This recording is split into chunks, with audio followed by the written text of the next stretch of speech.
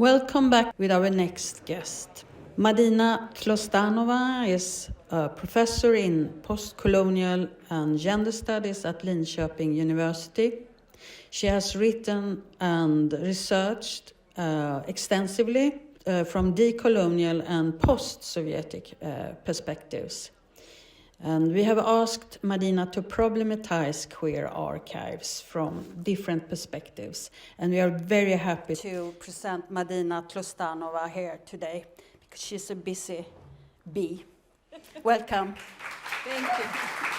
Thank you.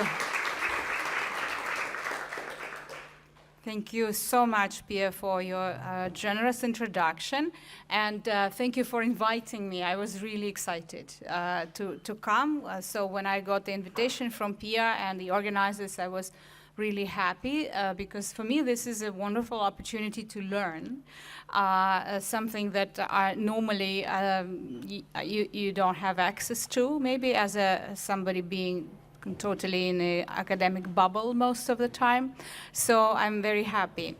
And I also must say that I was a bit embarrassed, like, do I have the right to speak at this event? I felt a little bit like an imposter because I work a lot with archives. I work a lot with activist movements together with them also, not on them, but with them. I work a lot with museums and with decolonizing museums in different countries. But I never worked specifically on queer archives, and that's why I'm learning here a lot, and it's a wonderful place for me to learn. But I dealt as a scholar, writing several of my books. I dealt with queer archives, or with archives where the queer traces were purposely erased, especially in Central Asia, and I learned a lot doing that. And maybe today I will also speak a little bit about some kind of archives, or a specific kind of archives where almost nothing is left, where almost all information is lost, and what do you do in this case, and why then art or literature becomes, or theater becomes such an important device of knowledge making. And I know that we don't have much time, so I will try to be short and not go too much into theoretical details. And the first slide that you have here with the title Archive as a Decolonial World in Devise, Pro and Contra, or Pro and Contra, also has this wonderful illustration. And don't worry, I have the rights to it because I use it in one of my books, and so I have the letter signed by the artist, so don't worry. It's my friend and an artist with whom I've worked for maybe more than 10 years, Aslan Gaysun. He is a Chechenian artist, now living in Europe. And this is one of his works in which he struggles with the traumatized past and tries to make sense of this past. And of course, in Chechenian case, as many layers of violence, of imperial violence, right? So this is sort of comes from his own personal archive, as opposed to museum archives that don't have such objects. These are traditional objects from Chechenian culture, the jugs that were used to carry water, and they were very specific, and each of them had its own design, and by this design you could know where this person comes from, what family, what is their status, you know, are they married or not, or do they have children, everything. And so as a result of deportation of Chechenian people by Stalin, when they lost almost everything and were not allowed to go back to their original ancestral villages, and then as a result of 2, or let's say some historians say 3 wars organized by the current Russian Federation against Chechnya, everything is lost, and even the main Chechnya museum, ethnographic museum, doesn't have any of these jugs. And so these come from Aslan's own private archive, or cultural archive of a sort. But why some of them are made of glass? Of course, it's not how it's supposed to be. But at one of the exhibitions where he was invited to present his work, he decided to make these glass copies. And I asked him, what does it represent? Why do you need to make them of glass? Because of the fragility of culture, because of the fragility of memories? He said, not only that. Remember that in some museums, when they have a little piece of something left, like in prehistorical times, then they use glass to to make the rest of the object that is missing. And so in this case, everything is missing because nothing is left of this, of memories and of these archives. And so for him, it's a materialization of this having nothing and then only using your imagination to work with it. And so this is one of the things that I wanted to maybe talk a little bit about. And this is a sort of an epigraph to the conversation today, which comes from a recent book which deals with some historical trajectories after colonialism. Some of these trajectories were not based on nation-state model. Others were really potentially dangerous, like Eurasian model, for instance, which we see today in the aggressive politics of Russia.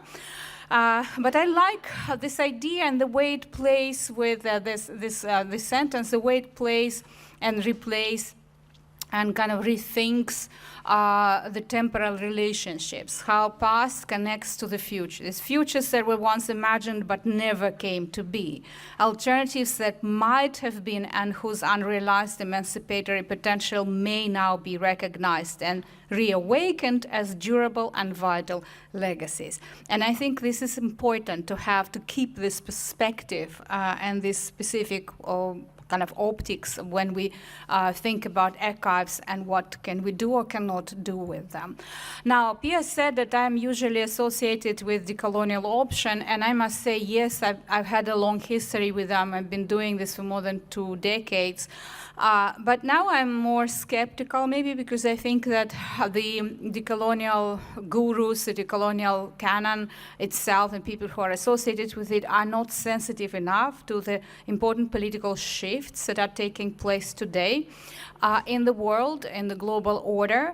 And that's why it's important, before kind of talking about the decolonizing anything, also be critical about the paradigm itself of decolonization of everything. Because you know that these days, depoliticization and trivialization of decolonial discourse is also, unfortunately, what is happening. Like, everybody's decolonizing everything, from fashion to food.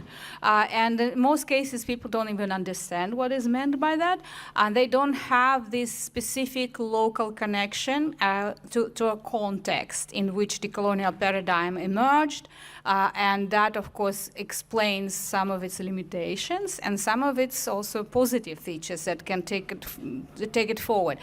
And it's interesting that today, because of these horrible events happening in the world, the armed conflicts, the genocides that unfortunately we find ourselves in the midst of once again in the 21st century, actually decolonial thought is being revamped by people coming from these regions. So today I would rather read a Ukrainian scholar who claims to be decolonial, or Palestinian scholar who claims to be decolonial, rather than the original Latin American texts.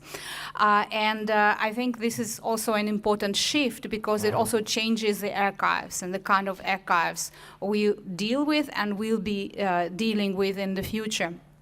Right today, for example, when I was listening to the opening speech, I got a message from Ukrainian colleagues who have a network for decolonization of Ukraine and Ukrainian studies of Ukraine and on Ukraine. And they were just, saying that a new book is being published on that. And it's amazing the kind of work they do. It's not only theoretical work, but very much museum work, because I also deal with some museum curators there. And it's a lot of work that people don't even notice, but it has to do with how you present, how you represent things, what kind of museum tags you put, how you rethink the whole kind of connections and belongings or non-belongings of certain artists and figures, and it's really impressive. But at the same time, if we kind of agree that we want to decolonize things, and then we have also to discuss what do we mean by that. Does it mean only critical perception, or does it mean some kind of deconstruction? For me, very much it means defamiliarization, I would say that. I mean, if we speak about how to explain what is to decolonize, it's not only about colonies and empires, but it's also about defamiliarizing ourselves with a certain framework in which we've been educated and brought up, like whatever we learned at school, at the university, whatever is normative in a society. So how do we push ourselves out of this comfort zone and start questioning it and thinking that why is normative? Should it be even normative, right? So in that sense, I think it's a very important but difficult question. Can we really decolonize archives? Because archives, as we heard this morning, are so complex, so different, so special, contradictory, potentially can be manipulative if they come from certain kind of knowledge sources, right? And if we take, for example, university and museum as two main modern/colonial institutions for knowledge production and distribution, then of course it's very problematic what kind of archives are allowed there and what they're transmitting, and then what can we do with this kind of archives, right? So as we cannot decolonize the state, we cannot decolonize the university, we cannot decolonize archives. So in the sense that we should do it, we should try to do it, it's a constant process, but it has no result, let's say, right? It's an open-ended process, and they would never can say, oh yeah, finally the state is decolonized, and the culture is decolonized, museum is decolonized. No, it's not. So that makes it, of course, very challenging, and sometimes depressing, because when we work at these institutions, we have to do it from the belly of the beast, right, very often, because not all of us are blessed with having special institutions, sometimes creating them where we can actually do something completely different, and we've heard wonderful stories about that also this morning.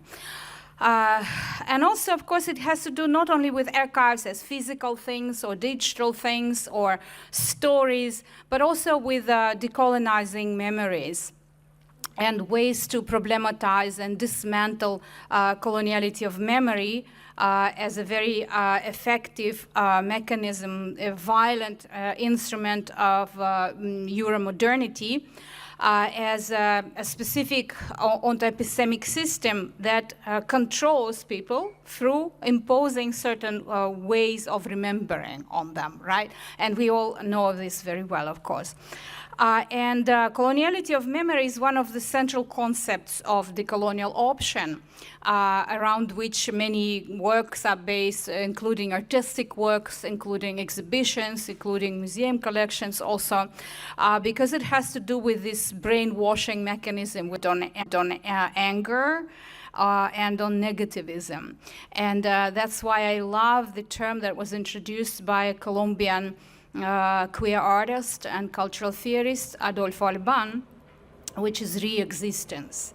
So how do we learn to re-exist, to exist anew, to kind of relive the world anew in a positive sense, to remake it anew based on different principles. And that very much is also part of archives, and how do we select things to be remembered and kind of kept in these archives. So in this sense, I think that it very much depends on what drives us, I guess, in this archive making. Yeah, and that, of course, I don't know if you agree with me or not, because, of course, I understand that when you're working with especially physical archives, with something very material and real, it's difficult to agree that it's all very kind of arbitrary, actually, and very much connects with how we remember and who remembers, right? And very much there is this gap between what actually happened and what we perceived as important in this happening, right? And I think that for historians who tend to be more positivist, let's say, and it's not a critique, it's just it's a nature of their discipline, is one thing. But for me, as coming from literary criticism as a very very different thing, because it's all about interpretations, right? It's all about points of view, and that's why I'm not kind of surprised to find out that all archives are arbitrary in that sense, and it all depends on who makes them and based on what. But it doesn't mean that it's all about relativism. Yeah, because there are certain things on which we maybe agree and on which we share, and things that we find politically important. And that for me now is a big question. I don't know, I don't have an answer. Maybe you will have an answer. Maybe as a result of our discussions we'll have an answer. Like, there are so many small group identities these days, and many of them are totally impervious to each other, and each of them comes with their own victimhood narrative of some sort, which is important to talk about. I totally agree with you.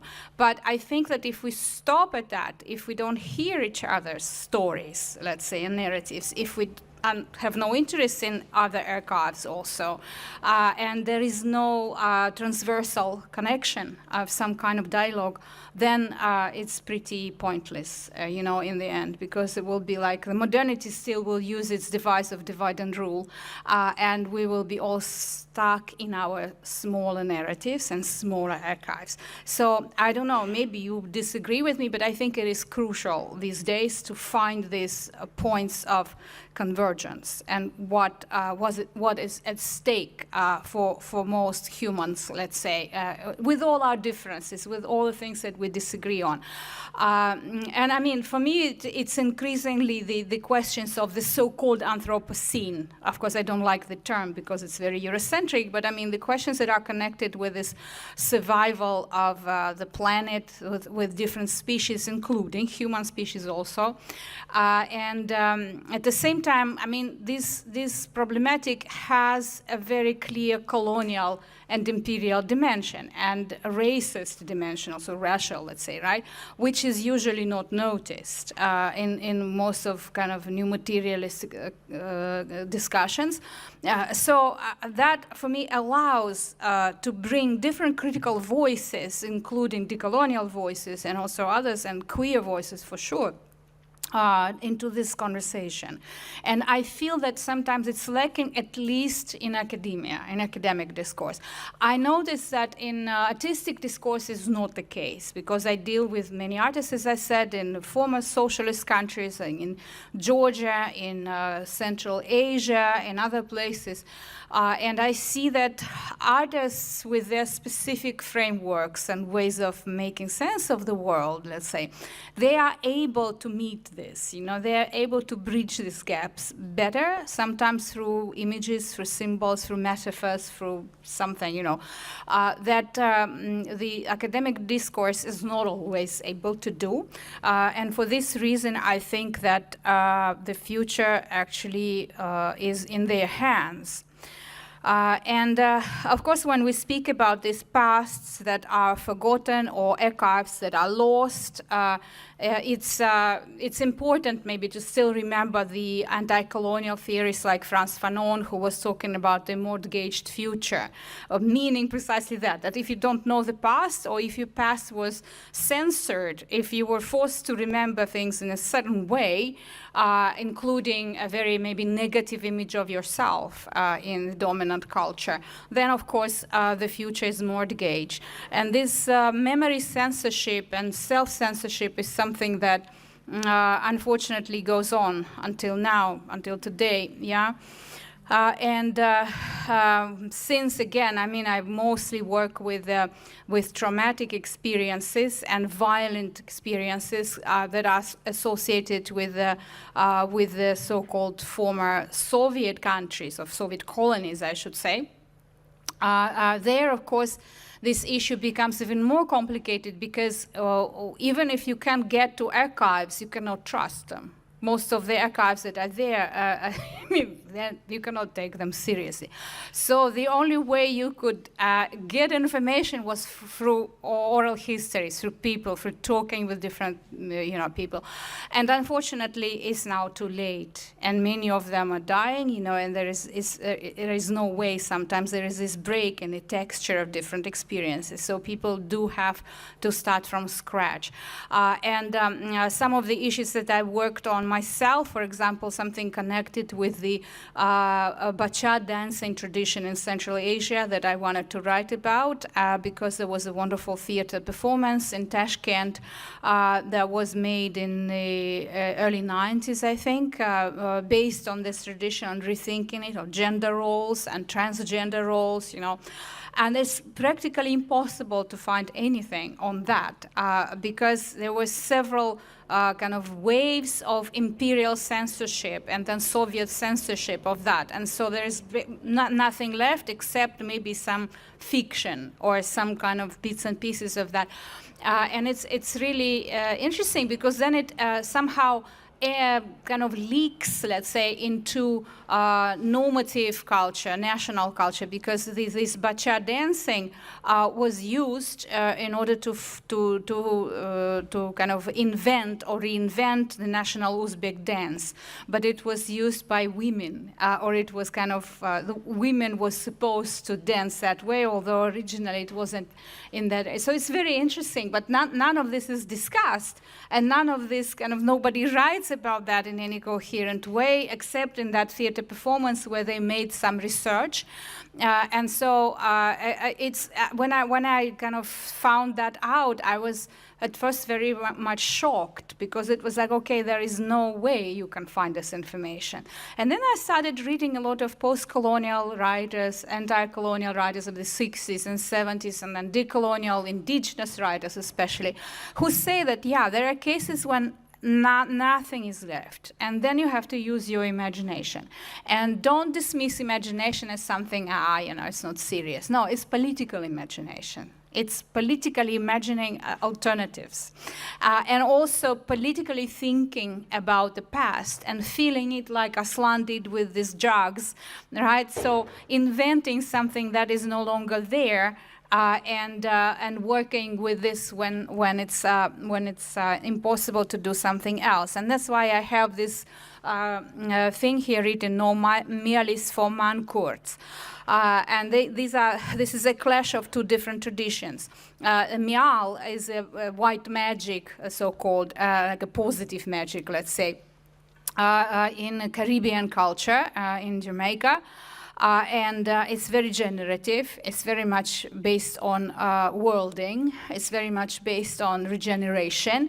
And mankurt is a word that was invented by one of the Soviet writers from Central Asia, Aitmatov, who kind of he invented a myth. It was not a real thing, but in one of his famous books, you have this myth, which tells a story about the people who took their enemies during wars, during conflicts, and they had a very specific kind of torture for them. They kind of tortured them so that they couldn't remember who they were. So they made into some kind of zombies, and they were called mankurts.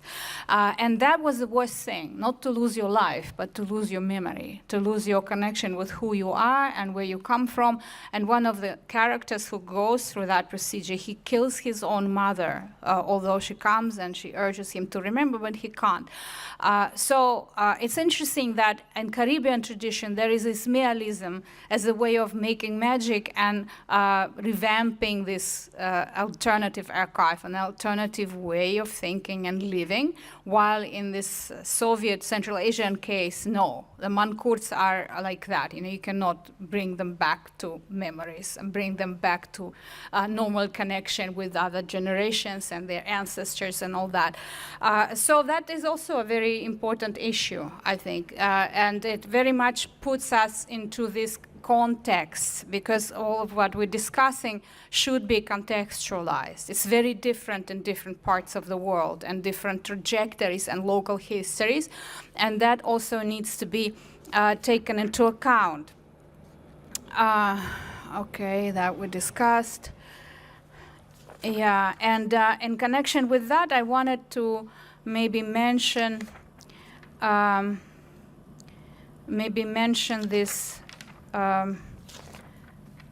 Yes, I'm just skipping some of the things. This idea that in many colonial and post-colonial societies, it's the art of imagination in which the history is buried, right? And in many cases, you can't even be a historian. You cannot have an archive or collect an archive if you live in this colonial or neo-colonial environment, because it's not allowed, it's banned. And so the only way that is allowed is through artwork. Is through, I don't know, writing a fictional text, for instance, or doing an artwork.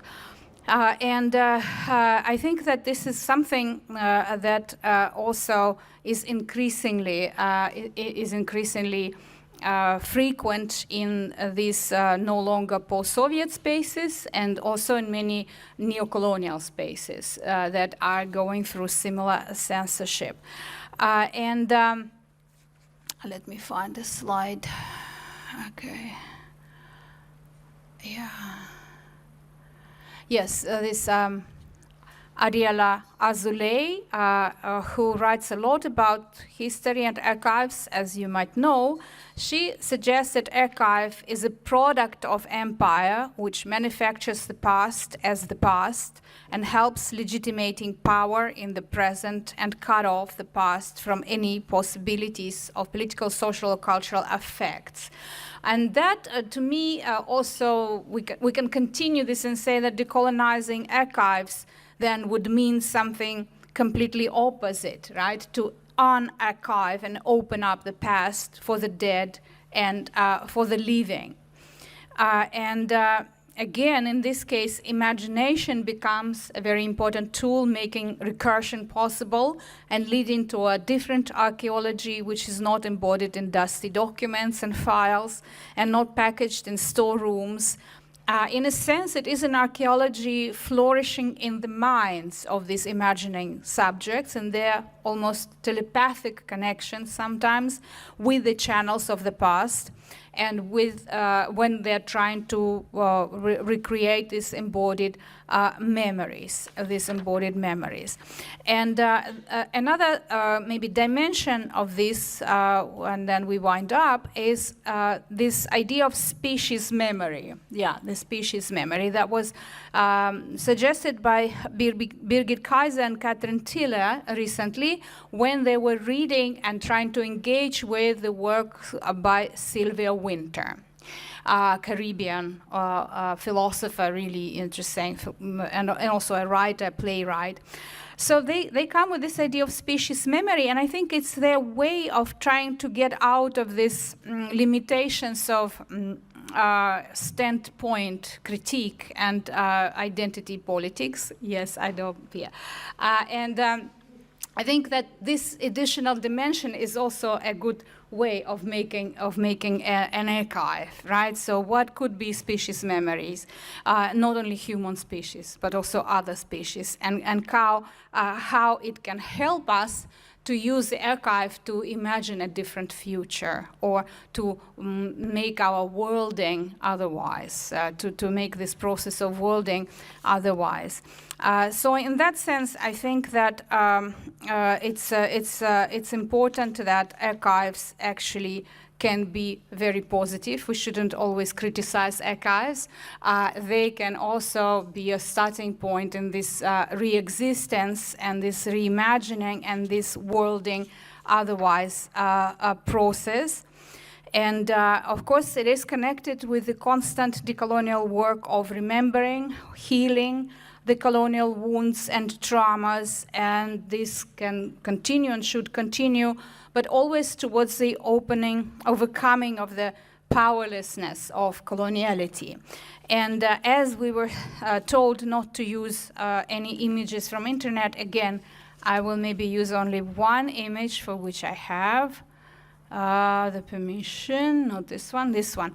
Yeah, this is my friend also, and decolonial artist and activist and thinker from Kazakhstan, Saule Suleimanova. And I think it's a very interesting example because it comes from her series, which is about memory, again, about memories and archives. And she is the one who always works with archives. She takes old archival photographs of Kazakhian people of the early 20th century, and she makes them and remakes them into collages. And this collage, for example, is made of plastic bags. And she calls it kind of cellophane painting or something like that. And so each of us, when we go to visit her, we bring her plastic bags of all colors so that she can glue them into this. So it's an actual picture, actual photographs that she found in a museum of Ashar Shelik. And Ashar Shelik in Kazakhian means hunger.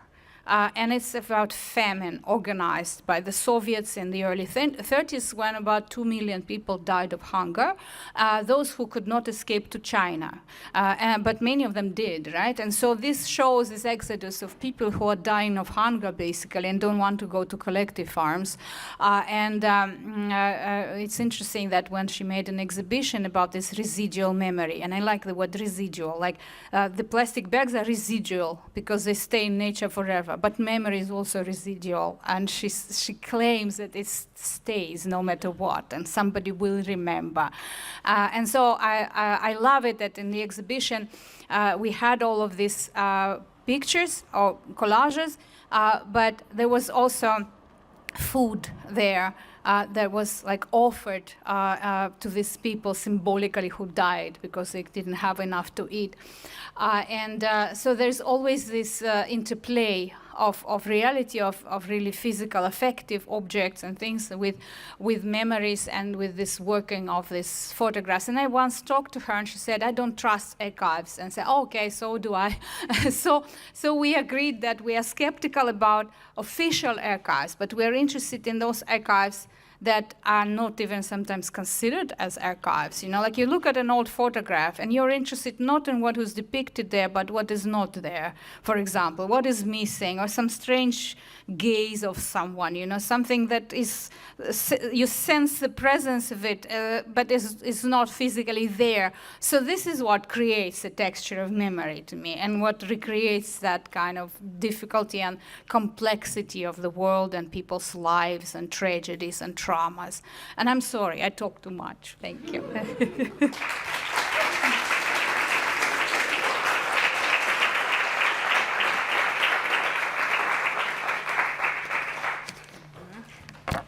We could listen to some hours more of Madina. But now it was a lot of food for thought, right?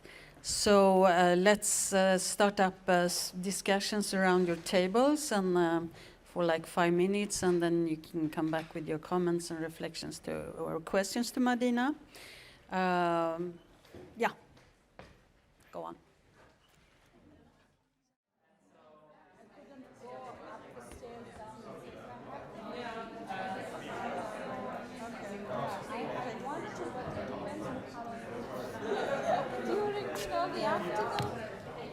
Okay, time's out there at that table.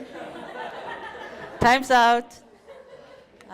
Okay, we have some minutes left with Madina, and so welcome with reflections. I'm going to be the runner with the mic, and as a punishment, you will start.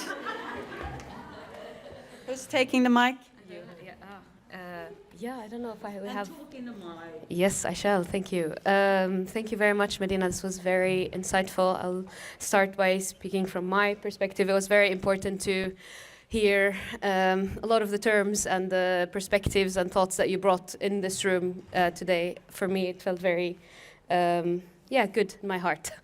So thank you for that. I don't know if we have a specific question. We just started the conversation about fabulation and the dissonance between, if I'm correct me if I'm recapping wrong, the idea of fabulation and the logisticality maybe, or structural ways of thinking of archive, and then we ended on that the idea of, or that's what I wanted to continue with, this the idea of the logistics of how archives are done is based on how memory is thought to be. But then my question was in that conversation that I wanted to ask or instigate the conversation with was, what happens if the way that we save memory is done in a different way, or is not done in a logic, or is not preserved in any way that could be accessed in itself? And this is where I think the idea of archive, like the decolonial, potentially, if I'm understanding correctly, perception of archival. For instance, I try to write not only essays or chapters, let's say essays, but also speculative fiction. And to me, that was the only possible way to talk about something that I wanted to discuss. And that's why I think that fabulation is a way of doing a part of work also, especially in difficult cases where nothing else is possible. So I'm all for it. Thank you so much. Okay, some other reflections or comments?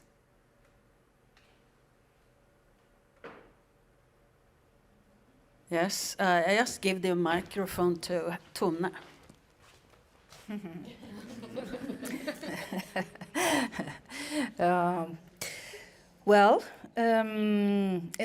Thank you for a very stimulating talk. I'm more skeptical to memories and fabulations, and the imagining of the past, to me, mostly says more about the present than the past, which is also interesting. I mean, it says a lot about the present, which is important, but for the past, I'm more interested in the traces that we can find also in the archives. So the voices, I'm a folk life researcher, I'm an ethnologist, and I'm really interested in the voices of the people of the past. And I was just telling, there is the Norwegian LGBT organization just had a campaign that they posted a few weeks ago about queer history. And what they did was that they asked two young people, how do you think it was to be gay in the 1950s? And the two young people answered, oh, I think it was terrible. And the other one said, oh, it was almost impossible, and I'm so glad I live today. And to me, and then they backed that up with a few quotes from elder gay activists. And to me, that is such a patronizing approach to the past and the people of the past. So again, I think imaginations and fabulations are fantastic, and it opens up our mind. I don't necessarily think it says so much about the past. So that's my take. Thank you. Okay, I will just say 2 words. Yeah, absolutely. And I was not trying to say that we don't need that when I was possible. But in many cases, there are no people from the past that you can set up and make an interview with, or they're afraid to speak, and they still are. And for example, in Chechenian case, it was a Swan who I mentioned at the beginning, who did a project with his own grandmother who was deported by Stalin as a child in 1940s. He came back, and for the next 60 years, he was saying to her, she was scared. And only when he made a film after this, then she started speaking, And that way we learned something. But he's actually liking that she's in her mom. Because, for example, my own grandmother died before when she passed away by what she went through, right? So I don't have a choice. I have to imagine this. But when it's possible, it's wonderful. I totally agree with you. It's great if we have that, if we have objects, if we have something. But maybe it's because of the nature of what I do. I usually deal with people who lost everything, including the physical things that you can keep, including myself. I have my archives of memories. Place where I will never go back to, right? So it's lost. And in cases, you just have to imagine. But you can rely, of course, language access and emotion. Okay. Yeah, so I'm just doing my power thing, and I'm giving the microphone to the Lithuanian comrades. Well, I don't know. I don't have a question. Maybe my colleagues have. But to summarize, we were talking about artistic practices and how we can interpret materials from the archives and how we can use it and most probably activate it then from the artistic point of view. Maybe someone wants to add something? You were talking. Yeah, I took most of the space. I'm sorry. Yes, well, I have been thinking during these 3 conferences that we have been talking surprisingly little about artistic practices and how they could be used with this kind of archival work and working with historical research. And my background is in arts, but I'm studying curating now, and studying curating has made me totally an archive nerd. I didn't see that coming, but it has happened. And I'm thinking that certain, I'm trying to keep this short. So I think that certain artistic ways of engaging public could be also ways of creating archival material. Like there has been these talks about collecting stories and oral history, but it could also be, well, I'm going to show an example. It could be like collecting stories in zine format, or maybe videos or anything. Or you could invite artists to work with the archival material, and you never know what comes out of that. If you have an open call, then you can like have people who are into working with archival material, and then they might have ideas on their own how to make it whatever they will make. Like I'm thinking of the first conference where Emil Santtu was talking about that theater piece that they made out of like I think it was like one line that could be found in the archives, and it made into a piece of theater that won the prize of best piece of theater that year in Finland. So there are like amazing gems in the archives, and they are like they really deserve to be, those stories deserve to be told. Yeah. Thank you. Do you have a comment, Madina? No, I don't think I have a comment. I totally agree 100%. And I like this discussion, but nothing else to add here. Okay, then before we go on to the next, it was a very good bridge to the next panel, which will consist of 2 artists and moderated by Malin Holgersson. But before that, 5 minutes break and a warm hand to Madina. Thank you. Thank you so much. Thank you.